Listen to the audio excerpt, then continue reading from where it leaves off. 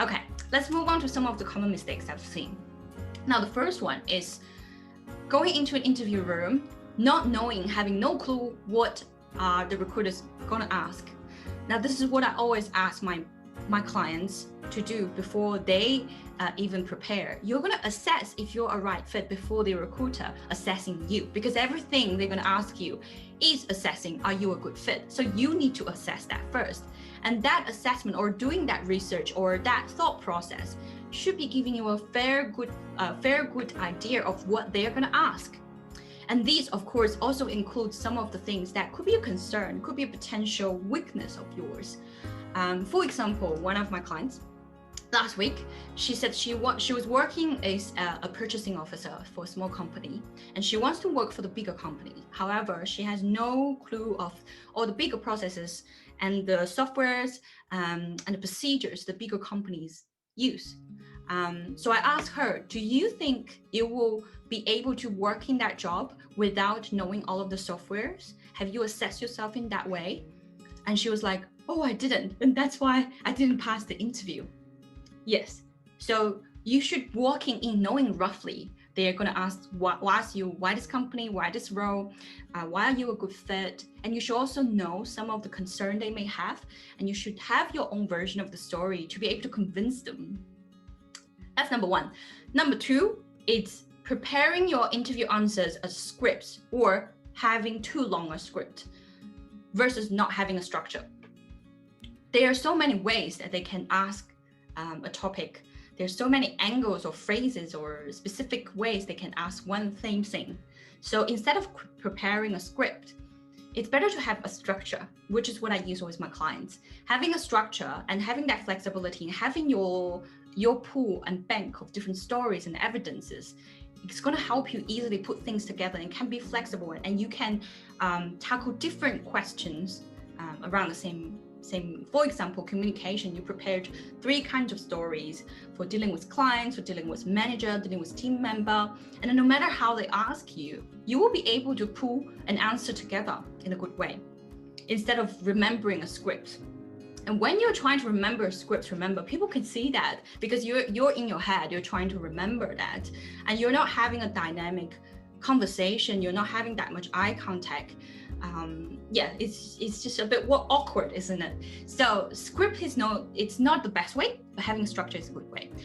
Thirdly, not preparing and using examples in their interview answers, in their interview preparations.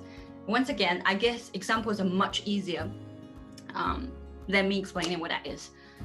Again, last week when I asked that graphic designer, can you tell me what are the outcomes of your graphic design, of your picture that you designed, of the video that you that you edited?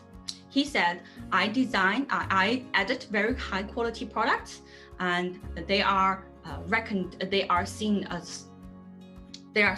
of good value. Very plain and very generic, not bad, but I'll give you another version of this is what I was expecting. I was able to edit 2 videos and 30 pictures within 3 days, and they all helped my previous employer to generate more than 30 to 200 Instagram followers, Facebook followers, YouTube followers.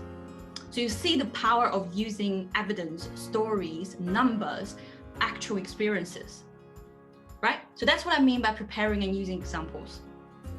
Number 4, deadly mistake. Not the most powerful expression or not the appropriate expression. So this could happen to my clients again, having the background of English is not their first language. So they could be using expression that's not so professional, that's not the most appropriate, or not sounding confident. A lot of them have really good experience, but they are not sounding confident. That has to do with the way they express themselves, or the structure they express themselves, or the certainty or pauses that they use. And that, again, is something that we go through in the coaching sessions to help them. They are definitely, in terms of this weaknesses or mistakes, this can be easily fixed. There are definitely ways, that structures and tips that you can improve right away. Lastly, did not practice their interview, did not really verbally say it out more than 3 times. thinking of it, having a really good answer on the paper, it's so different from you talking, speaking, practicing. And trust me, you speaking and practicing in front of a mirror is going to be so different when you speak in front of a person or in front of multiple person who give you that pressure of that interview. So I cannot stress, it's very simple, but people always, or at least my clients, always overlook it. And that's also very powerful why we need mock interview, to have that little bit of a stress to in that formal environment to perform. All right, that's some of the common mistakes. I want to share 2 stories. One is my own story. So I used to work for Commonwealth Bank, which is one of the biggest retail bank in Australia for those who are from Australia. And the agent, recruitment agent actually gave me a job description for a back-end officer, which is mainly dealing with customer data. When I went into the interview room, what the job title, the manager, the interviewer told me was completely different from what the agent told me, which is middle end, which is dealing with, so the actual job is actually dealing with customer as well as internal team, as well as data. The end result, the manager told me that you have answered all my questions clearly. I have nothing else to ask. You sound like the right perfect fit. So I got the job. But how did I do that? In my own mind, I was like, this is not what I prepared for. But it's also because I prepared using the steps that I was going to share, covering all the key skills. If you have interviewed with some of the big companies, they actually have a list of all the soft skills and the technology, the professional skills, one by one. And it's because I did prepare it in that way. So I have stories and examples no matter how you ask me. And it's how I was able to still perform well and get the job offer on the spot. This is one story.